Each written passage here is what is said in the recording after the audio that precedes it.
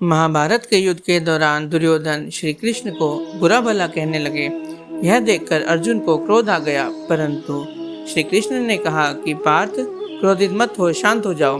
तो यह देखकर दुर्योधन श्री कृष्ण के पूर्वजों के बारे में अपशब्द कहने लगा, परंतु श्री कृष्ण यह सब सुनकर भी मुस्कुरा रहे थे। यह देख दुर्योधन चुप हो गया। जब उसे लगा कि श्री कृष्ण पर तो इन बातों का कोई प्रभाव ही नहीं पड़ रहा है, वह वहां से चला गया।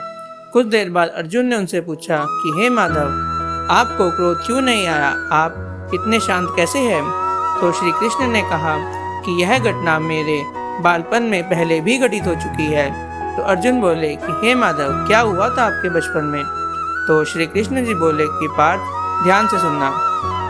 एक बार एक आदमी मुझे बहुत अपशब्द सुना रहा था, परंतु मैं उसे देख सिर्फ मुस्कुराता रहा।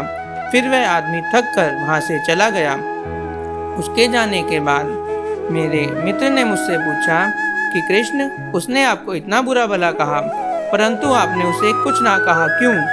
तो श्री कृष्ण बोले कि मित्र, मेरे साथ चलो, मैं तुम्हें इसका जवाब रास्ते में दे दूंगा। तो उनके मित्र श्री कृष्ण के साथ चल पड़े। श्री कृष्ण रास्ते में कुटिया में जाकर रुक गए। उस कुटिया में कुछ फटे पुराने वस्त्र पड़े हुए थे। तो श्री कृष्ण ने कहा कि मित्र, तुम अपने साफ कपड़ों को उतार कर इन फटे पुराने मैले कपड़ों को पहन लो। उन कपड़ों में से बहुत बुरी बदबू आ रही थी।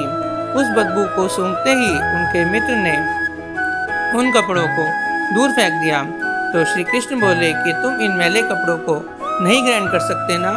ठीक उसी तरह मैं भी उस व्यक्ति द्वारा कहे गए अपशब्दों को ग्रहण नहीं कर सकता। इतना याद रखो कि यदि तुम किसी के बिना मतलब भला बुरा कहने पर स्वयं भी क्रोधित हो जाते हो, तो इसका अर्थ है कि तुम अपने साफ सुथरे वस्त्रों की जगह उसके फेंके फटे पुराने मैले कपड़ों को धारण कर रहे हो। इस कहानी से हमें यह शिक्षा लेनी चाहिए कि श्री कृष्ण जी किस तरह शांतचित्त रहते थे। वह कभी भी किसी के अपशब्दों से मन को विचलित नहीं होने देते थे, सदा अपने आप पर नियंत्रण रखते थे। उसी तरह हमें भी अपने मन पर नियंत्रण रखना चाहिए और एकदम विचलित होकर क्रोधित नहीं होना चाहिए, क्योंकि क्रोध मनुष्य का सबसे बड़ा शत्रु है।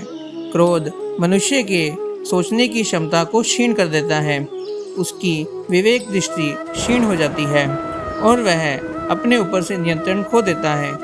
मेरा कार्य था आपको मार्ग दिखाना, पर चलना ना चलना यह आपकी स्वयं की इच्छा होगी।